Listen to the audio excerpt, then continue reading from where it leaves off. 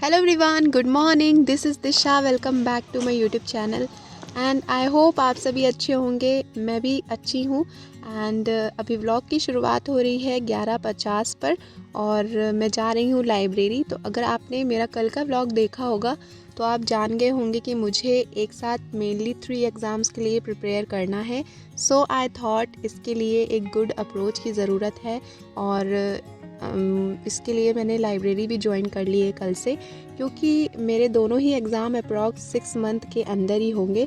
So I decided firstly let's make good approach to clear any exam in just 6 month.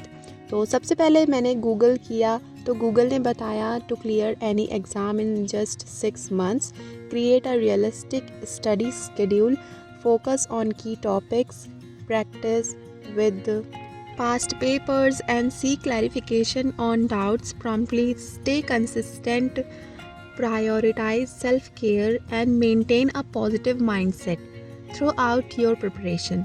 तो चलिए इसे elaborate करते हैं, समझते हैं और अपने अकॉर्डिंगली खुद की अप्रोच बनाते हैं.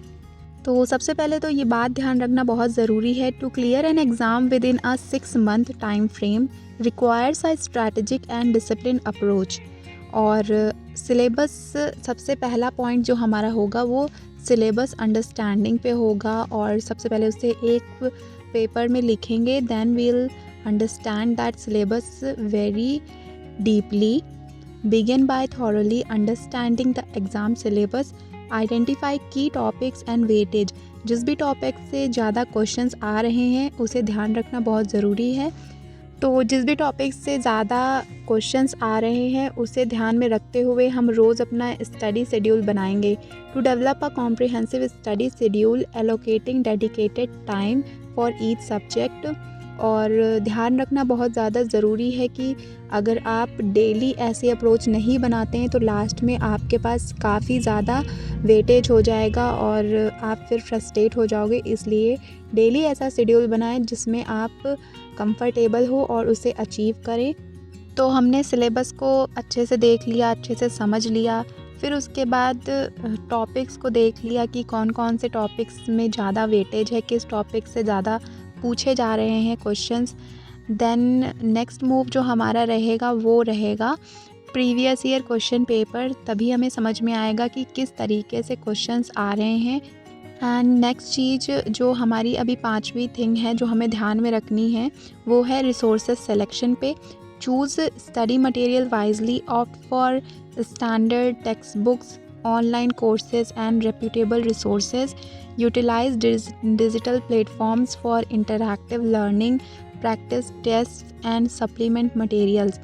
और छठवीं चीज़ जो हमें ध्यान में रखनी है वो है consistent revision. Regularly revise previous covered material to reinforce understanding.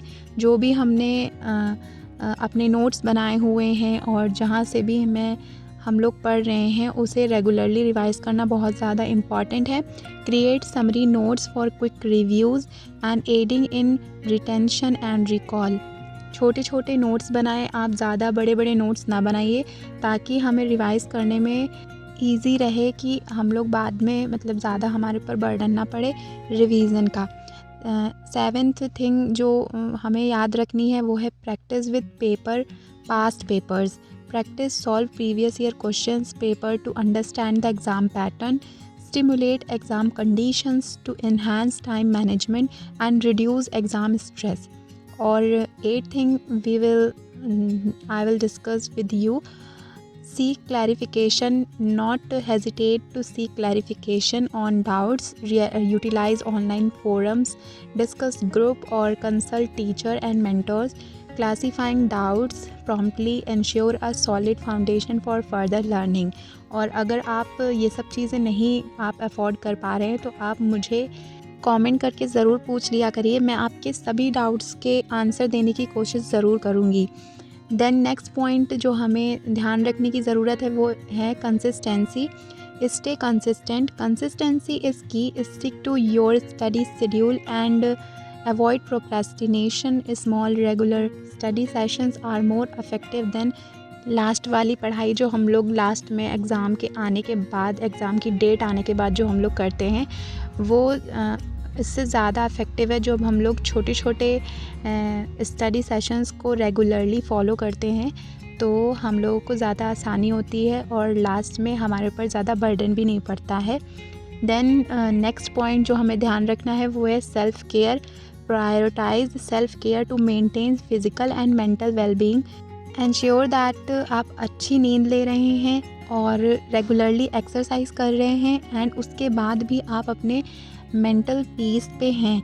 अगर आप मेंटली अनस्टेबल हैं और आपके दिमाग में उल्टे पुल्टे थॉट आ रहे हैं, तो आप अपने पढ़ाई पे फोकस्ड करें और अपने जो थॉट्स हैं उसे कंट्रोल करने की कोशिश करें। बेस्ट थिंग जो रहती है स्टूडेंट की लाइफ में वो है मेडिटेशन।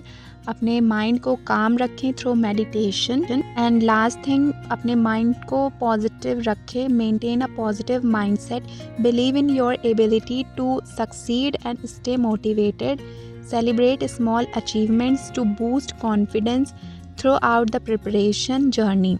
नेक्स्ट थिंग, अपने जब लास्ट में आपको लगे कि मेरा पूरा सिलेबस कंप्लीट हो गया है, तो मॉक टेस्ट एंड फीडबैक ज़रूर कर ले अपना। Take regular mock test to assess your progress and identify areas that need improvement. Analyze your performance, learn from mistakes and adjust your study plan accordingly. और lastly ये ध्यान रखें कि अभी आपका माइंड ग्रोइंग स्टेज पे है, तो आपको अपने चैलेंजेस को अपॉर्चुनिटी के रूप में देखना है for learning and improvement. Remember that a well-structured and disciplined study approach coupled with self-discipline and perseverance greatly increase your chance of success in clearing the exam within a 6-month time frame. So hope you all are understanding my approach, my point.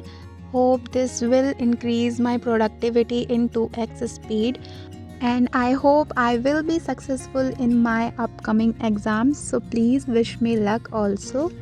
So guys, it's 4:45 PM और अभी मैं library से निकली हूँ, तो and I am so tired. मैं घर जा रही हूँ, अभी थोड़ा सा कुछ खाएंगे, then will start our study again.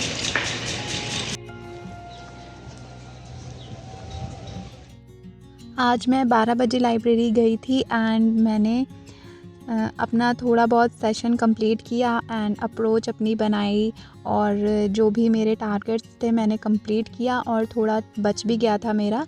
And मेरा फ़र्स्ट डे था लाइब्रेरी में, तो मैं काफ़ी देर तक वहाँ पे बैठ नहीं पा रही थी मेरी, क्योंकि आदत छूट गई है अभी।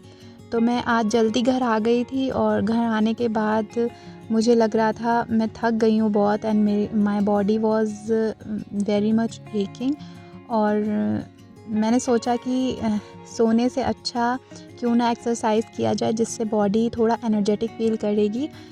देन थोड़ी देर बैठने के बाद मैंने थोड़ी सी वीडियो देखी।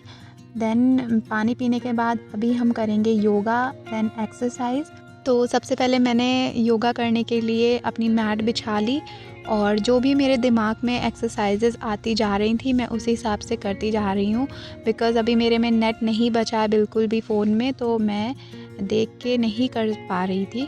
सो सबसे पहले मैंने मेडिटेशन किया, फिर उसके बाद मैंने लोअर बॉडी एक्सरसाइज की थोड़ी बहुत, और मेरी यहाँ पे पीछे से गर्दन की तरफ बहुत दर्द करता है, तो मैंने थोड़ी वो वाली एक्सरसाइज की, क्योंकि बैठे बैठे बहुत बैक पेन होने लगता है। तो ये एक्सरसाइजेज़ जो हैं ये काफ़ी ज़्यादा हेल्प करती हैं बैक पेन रिलीफ में। और ऑनेस्टली मैंने जब एक्सरसाइज अपनी ख़त्म की, तो मेरी पूरी बॉडी में जो दर्द था वो ख़त्म हो रहा था धीरे धीरे।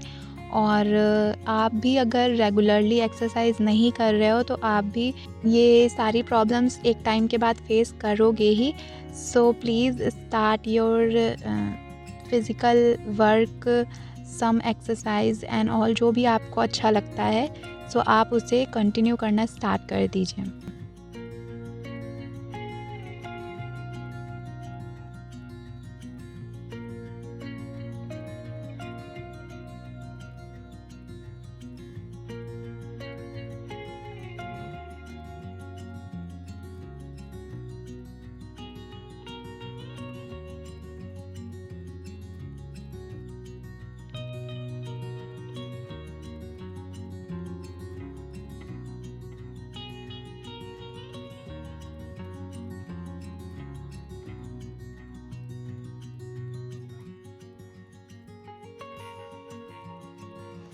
सो गाइज़ अभी बज रहे हैं शाम के 7 और मेरा अभी अभी योगा मेडिटेशन और एक्सरसाइज का जो सेशन था वो कंप्लीट हुआ है और उसके बाद मैं काफ़ी ज़्यादा थक गई हूँ और पूरा दिन मैंने पढ़ाई की, देन काम वगैरह भी हो गया था घर का, तो उसकी वजह से काफ़ी ज़्यादा थकान हो गई है। तो मैं सोच रही हूँ कुछ खा लूँ। तो आज मैं लंच लेके गई थी लाइब्रेरी एंड मैंने वहाँ पे लंच नहीं किया था।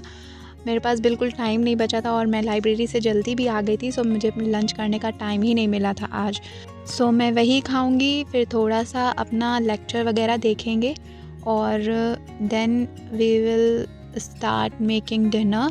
सो डिनर में मैंने बनाए थे आलू के पराठे। सो एक पराठा मैंने खाया था अप्रॉक्स 10 PM के अराउंड और फिर उसके बाद मुझे काफ़ी ज़्यादा थकान हो गई थी, तो मैं सो गई थी जल्दी। और सो या दिस इज़ द वीडियो। अगर आपको वीडियो पसंद आई तो प्लीज़ लाइक करिएगा एंड मुझे सपोर्ट करने के लिए इस चैनल को सब्सक्राइब किए बिना मत जाइएगा।